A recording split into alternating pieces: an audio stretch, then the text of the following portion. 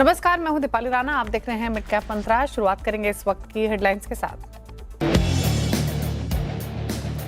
पश्चिम Asia में cease fire के बाद बाजार में तेजी की फायर। निफ्टी 800 पॉइंट से ज्यादा उछलकर 23,900 के पार। बैंक निफ्टी में 2700 पॉइंट से ज्यादा का उछाल। मिड कैप स्मॉल कैप में भी 4% की जोरदार तेजी। वहीं डर का इंडेक्स हुआ क्रैश, 19% टूटकर 20 के नीचे।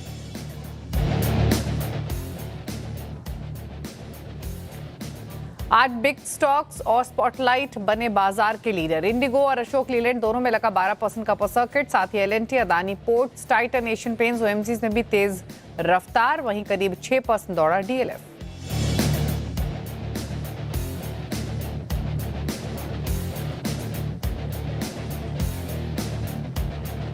आज के चार्ट जीपीटी सेक्टर और शेयरों का जलवा। निफ्टी रियल्टी इंडेक्स 7% से ज्यादा दौड़ा, 5 से 10% उछले प्रेस्टीज, ओबेरॉय रियल्टी, साथ ही सीमेंस, केआई, इंडियन बैंक और हिंदुस्तान जिंक में भी फर्राटा रफ्तार।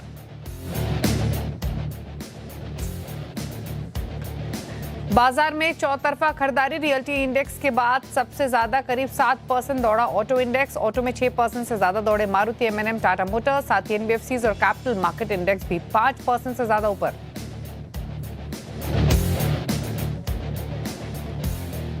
आरबीआई ने दरों में नहीं किया कोई बदलाव। पॉलिसी रुख भी न्यूट्रल पर रखा कायम। हालांकि पश्चिम एशिया तनाव से महंगाई बढ़ने और ग्रोथ पर थोड़ा असर पड़ने की जताई आशंका।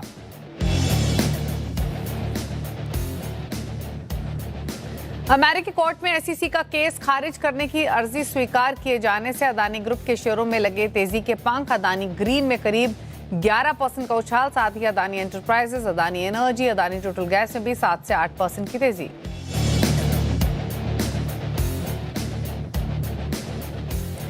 यूएस ईरान सीज फायर के बावजूद इंडस्ट्री को सरकार दे सकती है 2.25 लाख करोड़ रुपए का राहत पैकेज। वित्त मंत्रालय की कमेटी ने राहत पैकेज को मंजूरी दी। जल्द कैबिनेट से मिल सकती है अंतिम मंजूरी। साथ ही कैबिनेट में फर्टिलाइजर न्यूट्रिएंट बेस्ड सब्सिडी को भी मंजूरी संभव। सीएनबीसी आवाज एक्सक्लूसिव।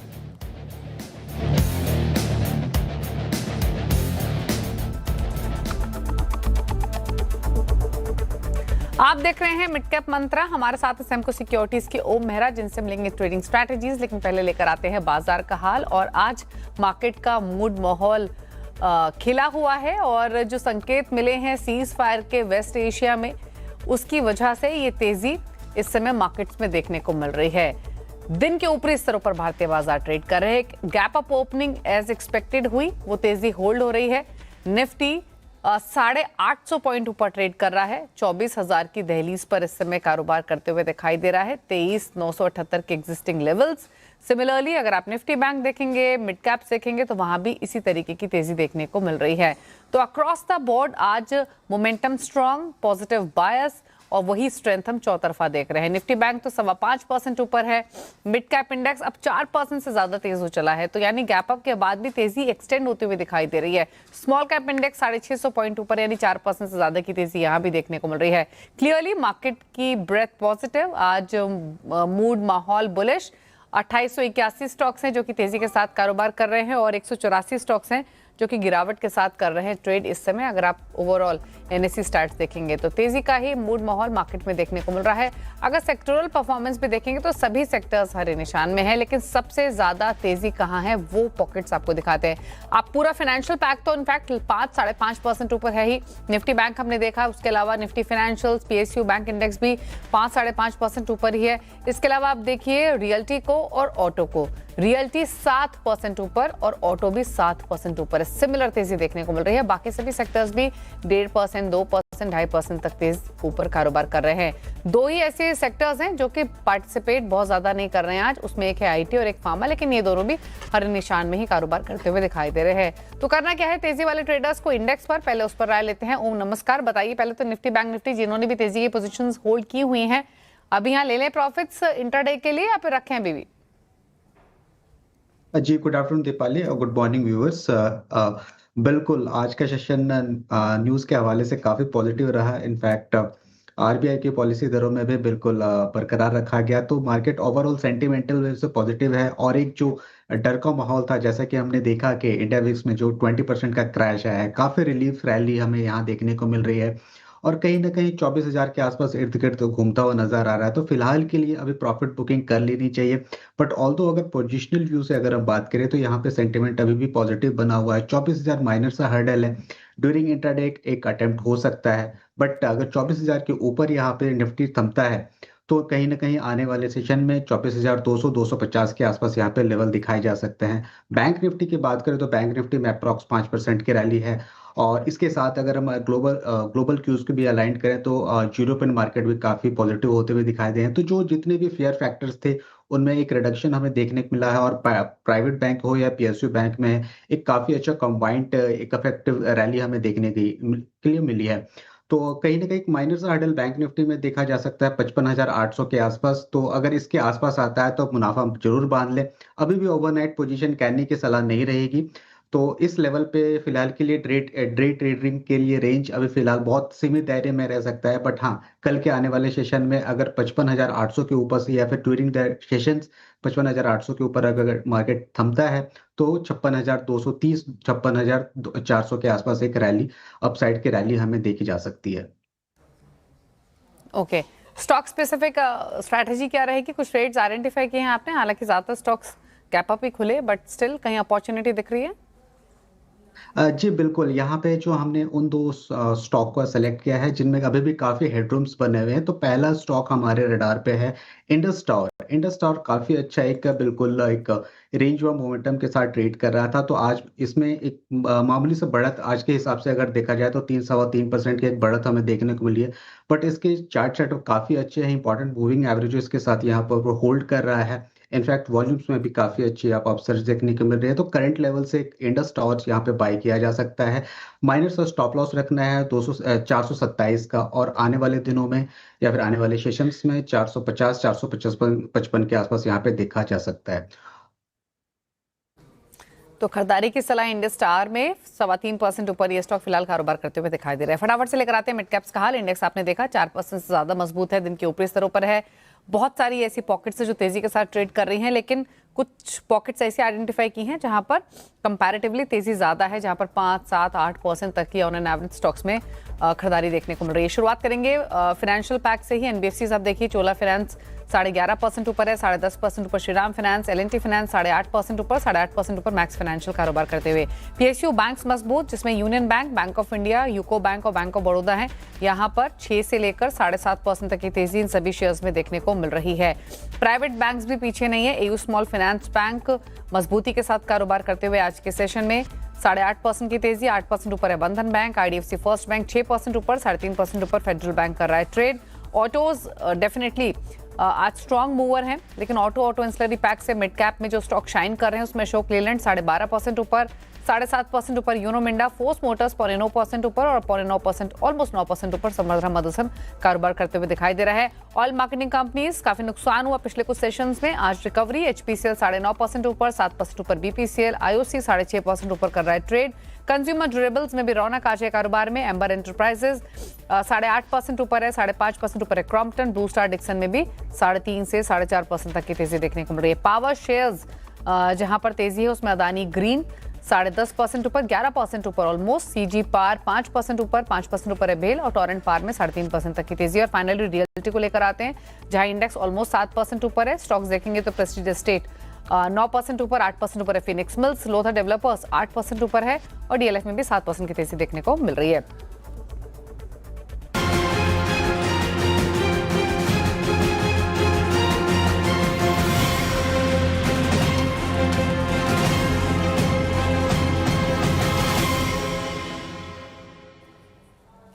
और अब बात करते हैं आरबीआई मॉनेटरी पॉलिसी की। अनुमान के मुताबिक रिजर्व बैंक ने मॉनेटरी पॉलिसी में दरों में कोई बदलाव नहीं किया है। हालांकि वेस्ट एशिया तनाव से महंगाई बढ़ने और ग्रोथ पर थोड़ा असर पड़ने की आशंका जरूर जताई है। क्या है की हाईलाइट, समझते हैं आशीष वर्मा से। आशीष, पहले तो ये बताइए आज की इस पॉलिसी में क्या हुआ, क्या की हाईलाइट्स रही? पहली थी इस नए फाइनेंशियल ईयर की, और लास्ट पॉलिसी और इस पॉलिसी के बीच में पूरा 180 डिग्री चेंजेस। कितना पिछली पॉलिसी में माहौल अलग था, हम लोग दरों में कटौती की बात कर रहे थे, और इस पॉलिसी के लिए माहौल पूरा बदल गया था। खैर, हेडलाइन के हिसाब से तो कुछ बदला नहीं है। जैसा आवाज की एमपीसी ने कहा था, दरों में कोई छेड़छाड़ नहीं होगी, स्टेटस को होगा, रेपो रेट 5.25% पे जस के तस रखा गया। इवन आवाज की एमपीसी कह रही थी कि पॉलिसी स्टैंड्स में भी कोई बदलाव नहीं होगा, न्यूट्रल ही रखेंगे, और वैसे ही हुआ। और न्यूट्रल मतलब मैदान खुला है, जैसे से परिस्थिति जिस तरह से डेवलप होगी उस तरह से आरबीआई चाहे तो एक्ट कर सकता है। अच्छा, जो गवर्नर साहब की कमेंट्री थी वो स्पेसिफिकली हाईलाइट कर रही थी जिस तरह के जियोपॉलिटिकल कंसर्न्स हैं, जियोपॉलिटिकल अनसर्टेनिटी और अनिश्चितता बढ़ रही है, उसकी बात उन्होंने करी। उन्होंने कहा अब तक तो जनवरी फरवरी का इन्फ्लेशन कंटेन हुआ था, पर अब अपसाइड रिस्क हैं उसके ऊपर से वो स्काईमेट के प्रेडिक्शंस भी आ रखे हैं। उन्होंने खुद भी मेंशन करा वेदर कंसर्न्स के चलते खाद्य पदार्थों की कीमतों में असर देखने को आगे मिल सकता है। तो नेट नेट फ्यूचर इन्फ्लेशन की जो ट्रेजेक्टरी है वो अनसर्टेन है, तो इसीलिए शायद RBI wait and watch mode पे। अच्छा, यहां तक तो वेट एंड वॉच मोड ठीक है, पर ग्रोथ प्रोजेक्शंस ट्रिम करे। आपकी स्क्रीन पर है, पहले ग्रोथ के प्रोजेक्शंस लेकर आइए डॉक्टर साहब।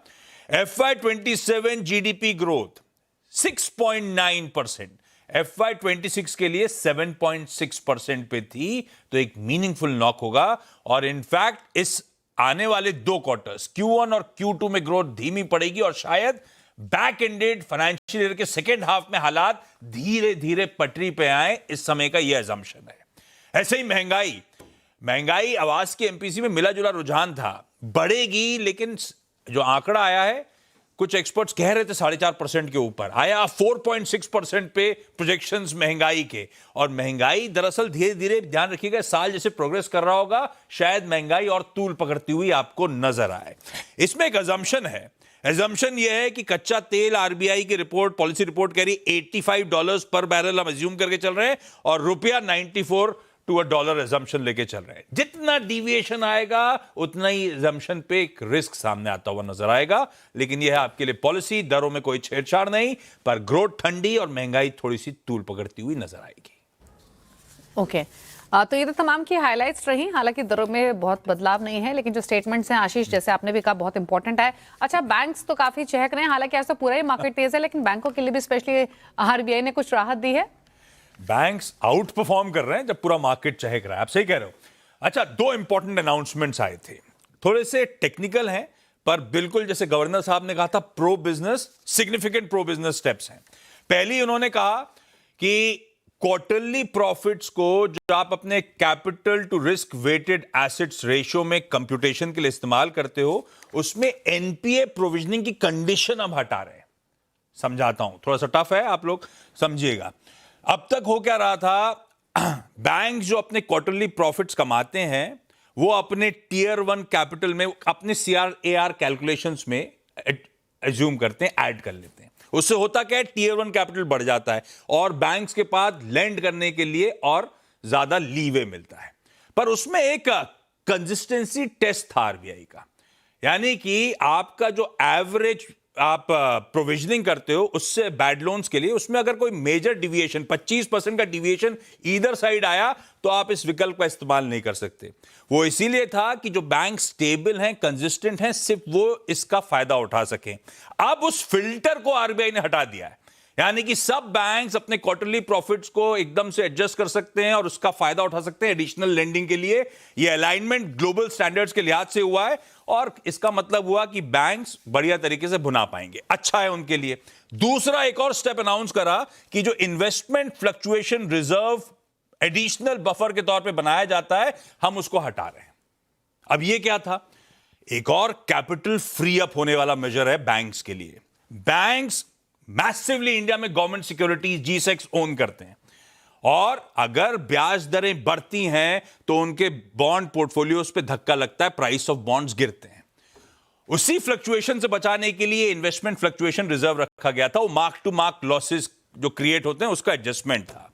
पर क्योंकि बैंक्स ऑलरेडी कैपिटल चार्ज लेते हैं मार्केट रिस्क पे बेसल 3 के नए नियमों के अंतर्गत, तो एक डुप्लीकेसी थी जिसकी जरूरत नहीं थी। ऊपर से आरबीआई के नए वैल्यूएशन नॉर्म्स जो इंप्लीमेंट हुए हैं वो वैसे ही बहुत डायनेमिक और रोबस्ट हैं, तो इसीलिए डुप्लीकेसी को हटाया गया। बैंक्स को एडिशनल इन्वेस्टमेंट फ्लक्चुएशन रिजर्व नहीं बनाने का मतलब उनके पास यहां पे भी बफर बनता हुआ, तो बैंक्स के लिए एक नहीं 2 पॉजिटिव स्टेप्स थे। इसीलिए शायद बैंक्स और ज्यादा आउट परफॉर्म करते हुए आज के ट्रेडिंग सेशन में आपको नजर आएंगे। शुक्रिया आपका आशीष, ये डिटेल समझाने के लिए। तो बैंक्स तो डेफिनेटली आउट परफॉर्म कर रहे हैं। इनफैक्ट पूरा ही फाइनेंशियल स्पेस, आप निफ्टी बैंक देखें, निफ्टी फाइनेंशियल्स देखें या फिर बैंक इंडेक्स ही क्यों ना देखें, सभी में 5-5.5% on an average index level पर तेजी देखने को मिल रही है। और ये तमाम रही आरबीआई की हाईलाइट्स पॉलिसी फ्रंट पे जो कि आशीष ने शेयर की।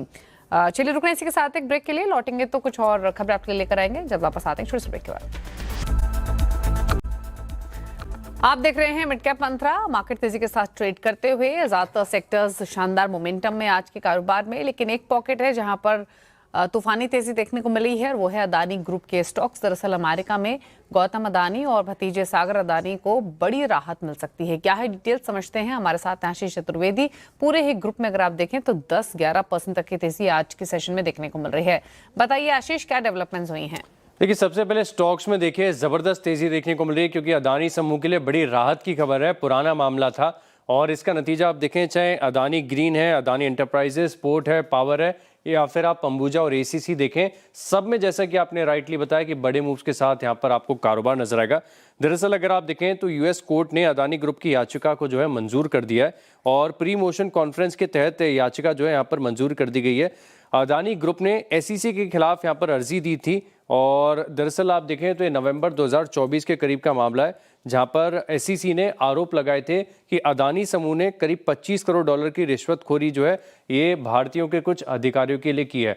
अब दिक्कत की बात यह है कि ये जो ब्राइबरी का केस लगाया जा रहा है, बता रहे हैं कि जब यूएस इन्वेस्टर्स से इन्होंने फंड रेजिंग की तब इस चीज़ को डिस्क्लोज नहीं किया और 2021 में देखें तो 750 मिलियन के बॉन्ड जो है वो अदानी समूह ने यहाँ पर इशू किए थे यूएस इन्वेस्टर्स को। तो इसके चलते यहाँ पर एसईसी ये मामला बना रही थी। हालांकि अगर आप देखें तो फिर अदानी समूह ने अपने जो पक्ष पे डिफेंस में दलील दी है, इसके मुताबिक वो ये कह रहे हैं कि एक तो वो भारतीय सिटीजन है, यूएस के ज्यूरिसडिक्शन के अंदर नहीं आते, तो ये मामला वैसे ही आप देखें तो इनवैलिड हो जाता है। और दूसरी बात ये कि जो 2024 में बॉन्ड की जो रकम थी इन्होंने लौटा दी। किसी भी फाइनेंशियल इन्वेस्टर्स को देखें तो इसमें किसी भी प्रकार का नुकसान देखने को नहीं मिला।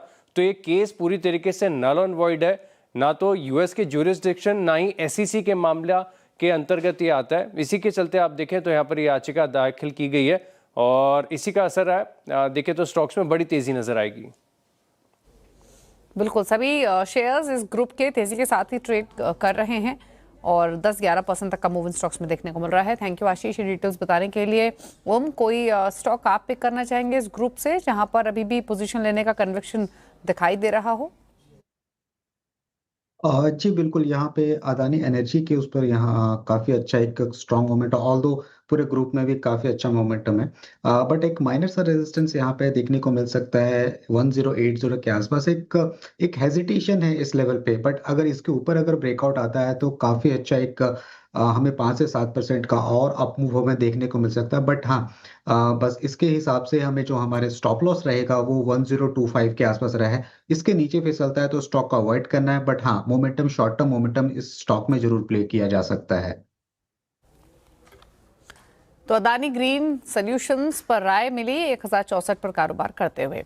रुक रहे हैं एक ब्रेक के लिए, जल्द वापस आते हैं।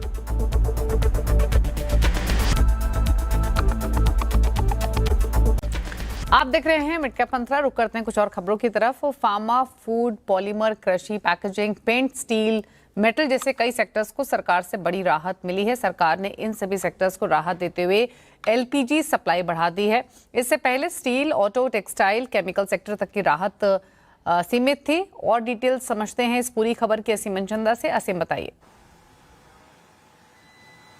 दीपाली, अमेरिकी राष्ट्रपति डोनाल्ड ट्रंप ने 2 हफ्ते के सीज फायर की घोषणा की है। इससे स्ट्रेट ऑफ हॉर्मुज खुलने के आसार बढ़ गए हैं। तो सरकार को भी ये लग रहा है कि आगे आने वाले दिनों में सप्लाई में काफ़ी ईज आउट हो जाएगा। तो सरकार ने जो इंडस्ट्री है उसको राहत देते हुए एलपीजी की सप्लाई उनको बढ़ाने का फैसला किया है। पहले एलपीजी की सप्लाई सिर्फ कुछ चुनिंदा सेक्टरों तक ही सीमित थी। इसमें टेक्सटाइल सेक्टर था, ऑटोमोबाइल सेक्टर था, स्टील सेक्टर था, वहां तक ही एलपीजी की सप्लाई सीमित रखी गई थी। लेकिन आज सरकार ने एक नया ऑर्डर जारी किया है। पेट्रोलियम सेक्टर ने जो राज्यों के चीफ सचिव से उनको निर्देश दिए कि इस जो एलपीजी की सप्लाई है वो food, pharma, polymer, agriculture sector के पैकेजिंग सेक्टर के लिए भी इसको खोल दिया जाए और सप्लाई को 70% तक कर दिया जाए, जो कि यानी कि जो उनकी सप्लाई पहले थी उनके मुकाबले ये सप्लाई 70% तक बढ़ा दी गई है। तो इंडस्ट्री को आने वाले दिनों में राहत मिलेगी। सरकार का कहना है कि अगर जल्दी जो स्ट्रेट ऑफ हॉर्मुज है वहां से अगर शिपों की आवाजाही शुरू हो जाती है तो आने वाले दिनों में इंडस्ट्री की जो सप्लाई है वो पूरी तरह से 100% हो जाएगी, जिससे कि इंडस्ट्री का कामकाज पहले की तरह से सामान्य हो जाएगा। ओके, शुक्रिया आपका असीम में डिटेल्स बताने के लिए। चलिए आगे बढ़ते हुए फटाफट से नजर डालेंगे खिलाड़ी नंबर 1 के अपडेट पर। इस हफ्ते फिनबर्ग मैनेजमेंट की मधु बंसल, रघुनाथ कैपिटल के पवन महेश्वरी और चॉइस इक्विटी ब्रोकिंग के सचिन गुप्ता के बीच में मुकाबला चल रहा है। इस पूरे हफ्ते लीड किया सचिन ने, लेकिन अब मुकाबला बराबरी का पवन और सचिन के बीच में। दोनों की तरफ से 65% के रिटर्न्स दे रहे हैं। मधु बंसल का पोर्टफोलियो भी 3% रिटर्न्स लैंड कर रहा है। तो ये रहा पूरा अपडेट। इसी के साथ एक ब्रेक के उस पर आप देखिए आशीष शर्मा के साथ न्यूयॉर्क कंपनी। नमस्कार।